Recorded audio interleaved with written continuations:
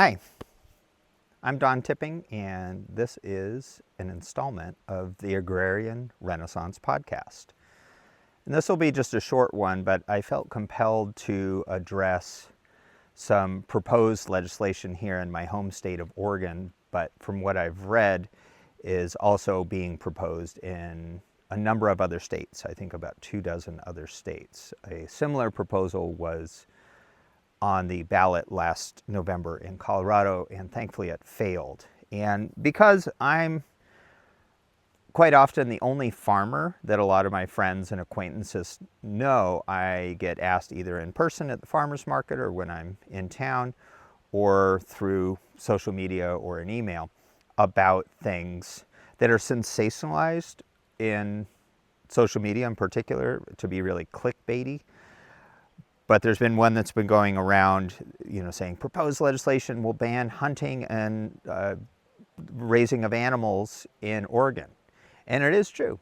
It basically, this legislation, IP58 is the initial name for it. They're still gathering signatures, but they're close, and they'll probably have it on the fall ballot.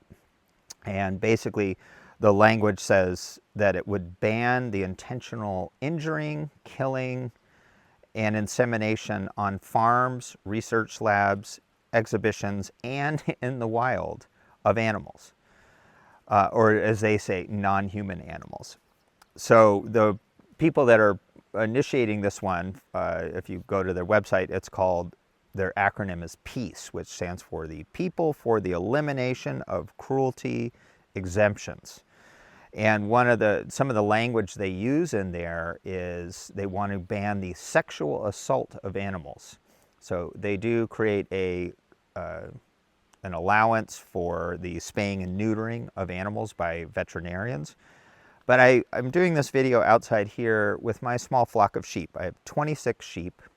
There's one of them right here rubbing against a tree. But the rest you can see behind me, and they got up early to graze. And they're now ruminating. They're doing quite well.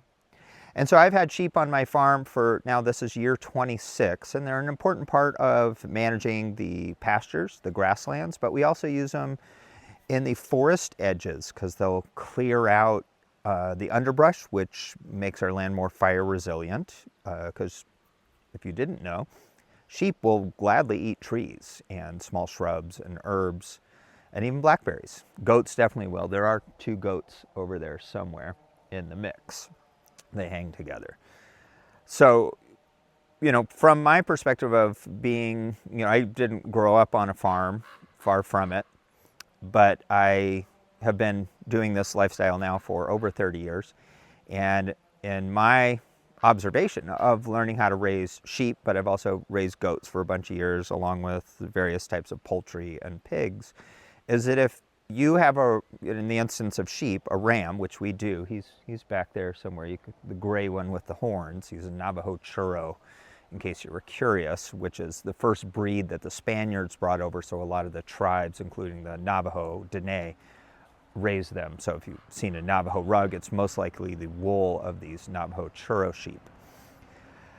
But if you have lambs, and you let all the males grow up to be full size, and you can see the horns on him, they're significant, they will compete with one another. And I've, in my own lived experience, because I didn't know what I was doing, this is years ago, I was like, well, I was kind of curious. We were replacing our ram because you have to get new genetics in there periodically. And I'm like, let's introduce the new one to the old one. They started headbutting, and one of them had horns. A horn broke off, and he was spurting blood. And I had to take him down. So I learned, you can't do that. You can't have too many males in the population. And the same goes for roosters. Anybody that's raised chickens and had them hatch has learned the hard way. You get too many roosters, they get aggressive. Not only are they crowing, but they'll fight you. They'll actually attack children. Same goes really for anything like billy goats, love to headbutt. We've got too many. And what we do is we castrate them. And it's really simple. I should have brought the tool with me. It's called an elastrator, and it's a little cringy just to hear that word, especially if you're a man. But it's basically a set of pliers that has these 4 prongs on it. You put a little rubber band over it, and then you squeeze it, and it opens the rubber band. Slip it over the testicles when they're young. They squirm for like a second, and then it's fine. It just is like our belly button, you know, like it eventually atrophies and dries up and falls off. We do the same for the tails. I leave the tails on the males, and I dock the females. In general, you might see some females with tails over there from before I figured out that system. But like the method we use for castrating is painless, you know, largely painless from my observation, because sheep definitely make sound if they're not happy. They don't really make any sound. Bloodless and necessary to manage a flock. It's just part of doing it. And we raise these sheep for manure, grazing, meat, wool. They make more of themselves. They're entertaining, fuels reduction. It's an important part of our system. We're also a certified organic farm, so having all that manure, we compost that and we use that to fertilize our fields. And so one of the funders for this organization PEACE, the acronym I read earlier, is the Karuna Foundation. There's two different Karuna Foundation. One works in Nepal and India. The other is in Colorado, and it's basically a vegan organization and saying, like, the whole world should be vegan. We shouldn't use animals. We don't want to harm animals, all that kind of stuff. Also, PETA, no big surprise there, the People for the Ethical Treatment of Animals. Also, the Direct Action Everywhere organization, the DXE. And it's just a bunch of kind of, you know, I'd say suburban middle-class kids who grew up to be adults, never had kids, and think they can, and they're probably in a city, and they think we're going to, like, cause revolution and tear down all the systems they don't like. But what's interesting is looking at the Secretary of State records, because you can see who contributes to political campaigns or ballot initiatives. And they've raised $135,000 according to what's available online, and $35,000 of that came from a Russian man named Postnar Leonid through a Puerto Rican shell company. There's also other organizations, crypto investors that don't live in the US from Canada, that also used a Puerto Rican shell company. And I don't know if you know this, you know, Puerto Rico is not a state, it's a territory, but you don't have to pay income tax if you're configured there. So a bunch of this money is coming from out of the state and out of the country, which is crazy. And this, I'll preface this with, when I was a teenager, I became a vegetarian. Because back then I learned about factory farming and testing on animals, and I was horrified as someone with a conscience. And back then you couldn't buy organic meat or dairy unless you lived out in the country and knew people that raised it. But that, you know, part of the organic movement hadn't really matured yet. So if you didn't want to participate in factory farming, the only options you had were to become vegetarian or vegan, and or live in the country and make connections with actual farmers and ranchers that raise eggs, meat, dairy, butter, that kind of stuff. So anyhow, so I have that experience of, I was vegetarian, and then I got into small-scale farming, and I wanted to grow more of my own food. And I've tried growing soybeans and making tempeh, grains, all kind of thing. And I learned, and this is where there's a great book by Gene Logston, who's written a lot of great books, but this one is called All Flesh is Grass. And he basically talks about how our domesticated animals, many of them that eat grass, horses, cows, pigs eat grass, sheep, goats, rabbits, a whole bunch of them, llamas, donkeys, are amazing. They turn grasslands, which is the best covering for the earth in many places that can't support forest, and they turn it into meat and milk and hides and leather and all kind of stuff that are useful. And most of the agricultural land on the planet really shouldn't be tilled up, because that process of plowing and tilling, the way you're releasing the fertility of the soil is you're mineralizing the humus, the organic matter, through exposure to the sun. And then it becomes mineral, the plants can use it.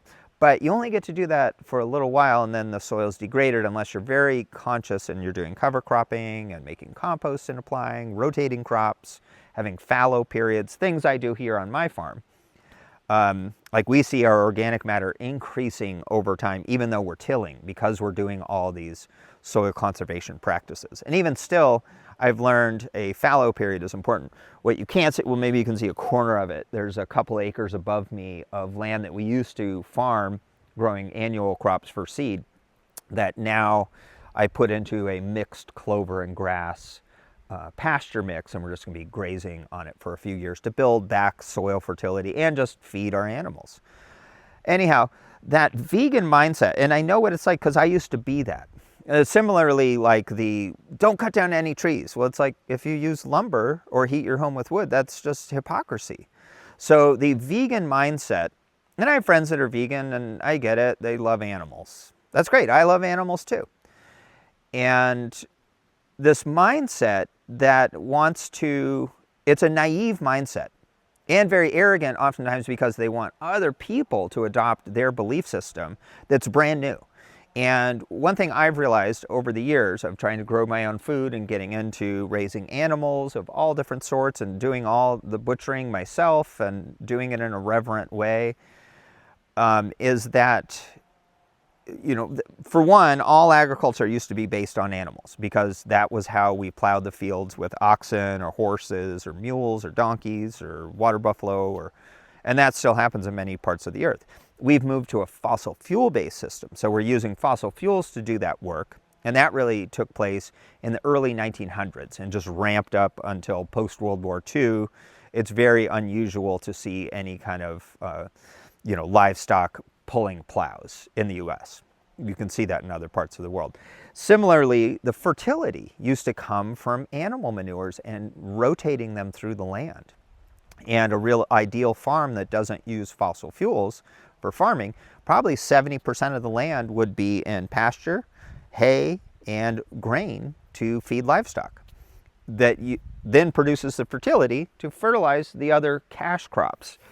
Nowadays, most farms, all of the farm is cash crops. They import all the fertility, usually in the source of some kind of extracted petroleum product, anhydrous ammonia or urea, which is basically oil. Or let's say that in an organic farm, they're using some kind of factory farm byproduct like chicken manure or composted manure or fish meal, fish emulsion, that kind of thing. I remember years ago talking to a man who was a certifier for California Certified Organic Farms, CCOF, and they're the main certifier in California. They certify farms outside of that state too. Anyhow, he was certifying a fish emulsion plant down in Baja. And I guess at that time there were 5 of these plants, and they would have 2 boats with a big 1/4 mile wide net, and they'd use sonar or however to target schools of junk fish, tiny minnows, that kind of stuff. And it's not fish byproducts, they're literally mining the ocean for fish for organic farming. And that's why I think it's so important that real regenerative agriculture, and I'm just going to make a blanket statement, and if I'll link my video about regenerative agriculture, includes animals. You can't do it otherwise. Maybe in unique exceptions in urban environments or something, but they're probably importing all their fertility, whereas these guys, they make more of themselves. Look at how happy these animals are here. I'm here chilling. My dogs are sleeping in the shade over there. And they make more of themselves. They turn grass that grows from sunlight abundantly here for part of the year into their bodies and manure and carbon dioxide that they're breathing on the plants. And the beautiful thing about raising sheep is that they're born in the spring. They live on their mama's milk until they're ready to graze, and by about that time the grass is growing. And then here there's a grazing window, and it basically mirrors the solar calendar. Starting, let's say, February 1st, the days are getting longer and longer until summer solstice, and then tapering off. And in that tapering off time, August, September, is the ideal time to slaughter lambs for meat. And lamb is really good. If you haven't had it, a lot of the world's really into it. Go to North Africa, or a lot of Africa, or Morocco, or all around the Mediterranean. It's all about it. Turkey, lamb kebabs, good stuff. And sheepskins are cool. And just back to this vegan mindset is so naive because they don't want this to happen, but really it's a NIMBY issue. And I'll let that truck go by. It's my neighbor. And if you don't know that acronym, it's not in my backyard. And basically, it's this mindset that I want my life. I don't want to experience the suffering of animals. So I'm either going to be vegan or vegetarian, or I'm going to buy all my food at Whole Foods or Erewhon or one of these kind of places. And then I don't have to witness the suffering of animals. You know, or they buy organic thinking that all those animals are treated well, and unfortunately that's not the case. Not all farms are like this super small family farm thing. There are big factory organic farms as well. That's a whole other issue. Maybe we'll explore it at a later time. But this NIMBY mindset wants to externalize all that stuff rather than acknowledge that it's part of it. Like if I let all my ram lambs grow up and have horns and just like live out their days, it's going to be a mess. And this IP58, here's the insanity of it, is they say that all farms and ranches that raise livestock for meat need to wait till the animal dies of natural causes. That's just insanity. For one, that meat would be no good. It wouldn't be profitable for the farmer at all to live. I mean, sheep can live to be like 12. And then you're like, at that point you want to kill them just out of mercy because they like screw up their legs or they have problems. I've seen it firsthand. It's just you can't let nature run its course. All of agriculture, all of civilization is intervening and collaborating with and participating in nature. And this mindset that I think is an urban mindset of people that, you know, went to universities and grew up totally divorced from the realities of life. And it's just insane. This won't pass here in Oregon. I had recently joined the board of a statewide organization called Friends of Family Farmers, and I was talking with the executive director yesterday if they were going to devote any resources to it. And they're like, we don't need to, because the Cattlemen's Association, the Oregon Farm Bureau, and the Oregon Sportsmen Association have each put forth large sums of money to just torpedo this thing. So what a waste of money, though. You got all these vegans that raised all this money that could have been doing something productive to initiate this ridiculous, ludicrous legislation. And then these organizations that I don't necessarily agree with everything that the Oregon Farm Bureau does or the Cattlemen's Association. I don't raise cows, so it's not really my place to participate in that. But then they have to spend money on those things, raise money from people that are, you know, well-intended, or the sportsmen's. They say they want to ban hunting of deer. It's like where I live, everybody, you know, in the fall, we're like, hey, you get your deer?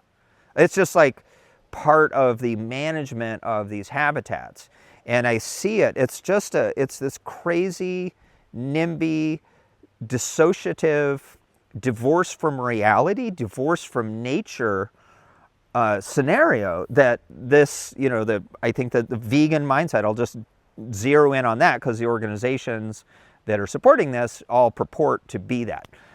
You know, that they're going to be compassionate. We don't want to see any life suffer. And it's like, well, suffering happens. And when I was studying biodynamic agriculture, one of the ways it was phrased in the literature that, you know, was over. So back to this idea that, you know, Rudolf Steiner talked about the role of the steward is to recognize the gift that the domesticated animals have made and treat them with respect, dignity, compassion, and try and make their life as good as possible. Nothing lives forever, and if you've ever witnessed an elderly animal suffering, it is really jerks on your heartstrings, whether it's a cat or a dog or a sheep or a cow. And so good stewardship of animals involves culling before you have problems. And I'll share a little story of my own. Was one time I had a ewe, I believe her name was either Bertha or Greta. We used to give them like old woman names. And this was when I was newer at having sheep, and this animal was about 10 years old, and I was like, oh, we'll let her have lambs one more time. And she wound up having triplets and really suffering, a long labor. Normally the lambs are born, they drop to the ground, the mama's licking them, eats the placenta, and the baby's nursing within a half hour. It just happens. In the ones that they don't lamb well, it really is on my responsibility to cull them before that happens. So anyhow, this one animal that was older, had triplets, two of them, well, one was stillborn, one was born alive, and then one was stuck, and it was a whole thing. And I should have just had put her down right then, but she suffered for hours and hours as we're trying to pull this thing out, pull this animal out that's dead, but she would die if we didn't. And so you have to recognize these things, and this kind of leads into my next part, and this is a bit of a closing, is we did a butchering workshop a number of months ago in November or so. And we called it Demystifying Death. And I had two friends here co-teaching with me. One is a hide tanner, really good at tanning hides, and another is a Chinese acupuncture doctor. So we did an anatomy lesson. And then we also ate organ meats and stuff as part of the workshop. And as I'm getting ready to do the first slaughter with a knife, this one young woman, we had about 20, 25 people there, asked like, well, aren't you gonna burn some sage and pray for the animal or something like this? And I was like, lady, I've been praying for this animal for 25 years. The flock, the whole thing, raised my kids in close connection to watching lambs be born and the miracle of birth, and laughing at their silliness and their sweetness, and little lambs bouncing around, or young ram lambs headbutting each other, all these silly things. And it's all one big prayer. And that's one thing that I think city people, suburban people don't understand about those of us that are producers, that grow all the food that you eat, unless you're a gardener or homesteader and you're growing a portion of your own food. They love it. Why else would you do all this work to be paid like a peasant? Because no farmer's getting rich off it. It's because we love the lifestyle. So we do it with reverence, reciprocity, respect, and doing our best to preserve the dignity of the animals. And, you know, I hadn't really thought about it in that way. It's not like you can just like pray some magic words and then all of a sudden the animal doesn't suffer. You just like know what you're doing, you know, to avoid suffering. And if you don't, go learn from some older person.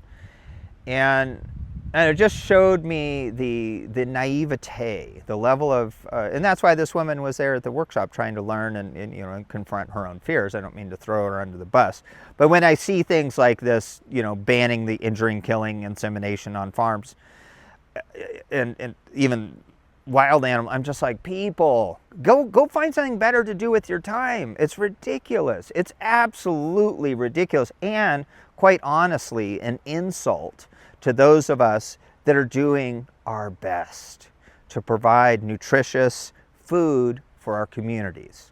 So that's what I have to share today. I know the whole topic of animal welfare is a bit contentious, but it's being put here in our face, and I want to point to something when I have all these people asking me, what do you think about this? I heard this on Instagram that they're going to ban all this. So that's why I took the time to do this today. If you like this, maybe consider sharing it with a friend or relative. I'm doing this whole podcast thing not to make money. I don't make any money doing it. I spend money doing it because it's my time. But I do feel it's important for people to hear from actual farmers and ranchers reality. Because even the nonprofit organizations that are advocating for small farms, they're not farmers. And I'll tell you that because I'm on the board of one. And there is another woman who's a producer on the board. But so often we have decisions being made in Washington, D.C. or here in Oregon and Salem by people that are just totally divorced from the realities of which they want to regulate or legislate. So I encourage those people to go find real jobs and spend their time constructively. So hopefully you appreciate that. Feel free to like, share, follow this. There will be an audio version in the comments down below, and I hope these guys take a lunch soon because they're making a racket over there, unlike my sheep. So we'll end it with just a little sheep chilling, grazing. Look at those guys. They're so cute. And here's goats. They don't have wool, so they're in the sun.